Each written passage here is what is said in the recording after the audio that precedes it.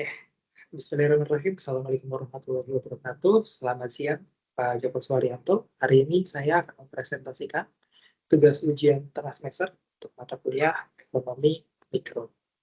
Sebelum saya lanjut lebih jauh, saya ingin memperkenalkan diri dulu tentang saya. Nama saya Raka Putra Pratama dengan NIM 2402011010030 dari kelas MG103. Hari ini saya akan mengulas atau mereview kebijakan dari era Presiden Joko Widodo, yaitu kenaikan pajak PPN 11%. Di mana kalau kita membahas tentang kronologi kebijakan, pada tahun 2021, pemerintah menyusun rancangan undang-undang harmonisasi peraturan perpajakan atau RUU HPP sebagai upaya reformasi perpajakan untuk meningkatkan penerimaan negara dan memperluas basis pajak. Di tahun yang sama, akhirnya Dewan Perwakilan Rakyat atau DPR RI mengesahkan Undang-Undang Nomor 7 Tahun 2021 tentang harmonisasi peraturan perpajakan yang antara lain menetapkan kenaikan tarif PPN secara bertahap. Dan di tahun 2022, sesuai dengan Undang-Undang HPP atau Undang Harmonisasi Peraturan Perpajakan, tarif PPN dinaikkan dari 10% menjadi 11% mulai 1 April 2022. Kenaikan ini bertujuan meningkatkan penerimaan negara dan menyesuaikan dengan rata-rata tarif PPN global. Dan di tahun 2025 nanti, UU HPP juga menetapkan bahwa tarif PPN akan dinaikkan lagi menjadi 12% paling lambat pada 1 Januari 2025. Namun implementasi kenaikan ini masih menunggu regulasi teknis sebagai peraturan pelaksanaan. Saya tidak akan membahas terkait dengan kenaikan dari 11 ke 12 karena itu masih di tahun 2025 dan saya mungkin tidak mempunyai data yang pasti terhadap kebijakan tersebut. Dan kebijakannya memang belum dilakukan.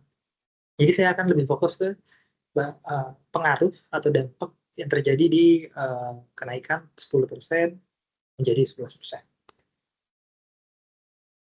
Saya lanjut kepada latar belakang.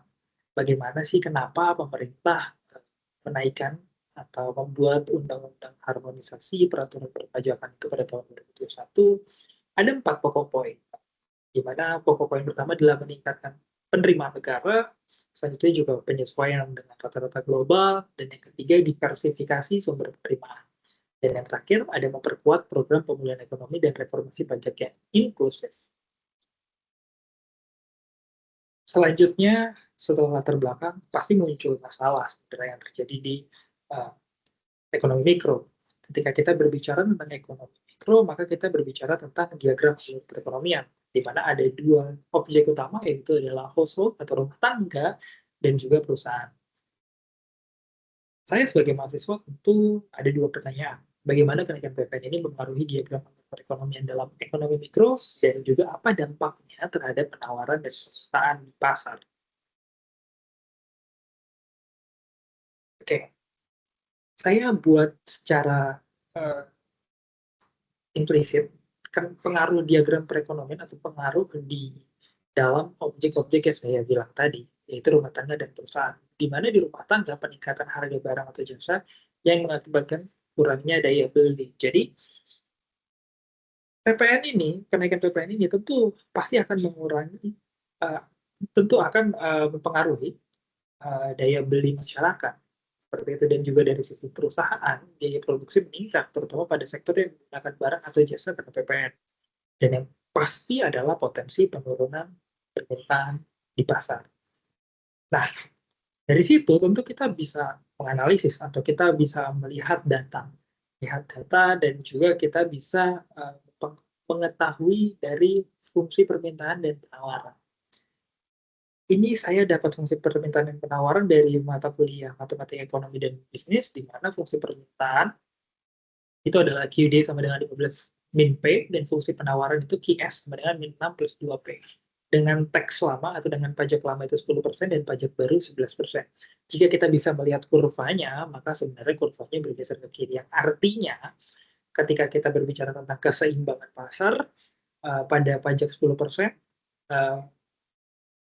harga yang di harga di fungsi penawaran itu adalah 7,47, sedangkan untuk kuantitasnya adalah 7,53. Di fungsi penawaran atau di keseimbangan pasar pada pajak 11%, harganya akan naik menjadi 7,53, sedangkan Walaupun harganya naik, ternyata kuantitasnya menurun menjadi 7,43, yang jika kita tabelkan seperti ini.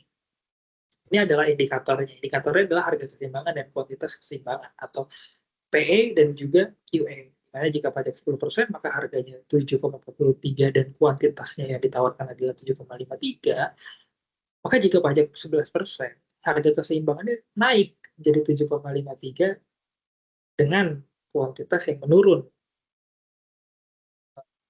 mulai 7,3. Nah, tentu kita melihat dari data tersebut, dari data yang simpel tersebut, sebenarnya kita bisa melihat dan bisa menyimpulkan bahwa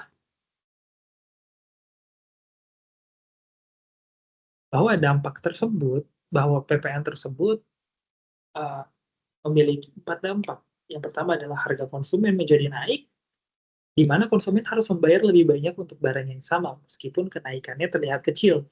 Selanjutnya juga pendapatan produsen yang turun. Produsen menerima lebih sedikit setelah pajak dan mengurangi margin keuntungan tentunya.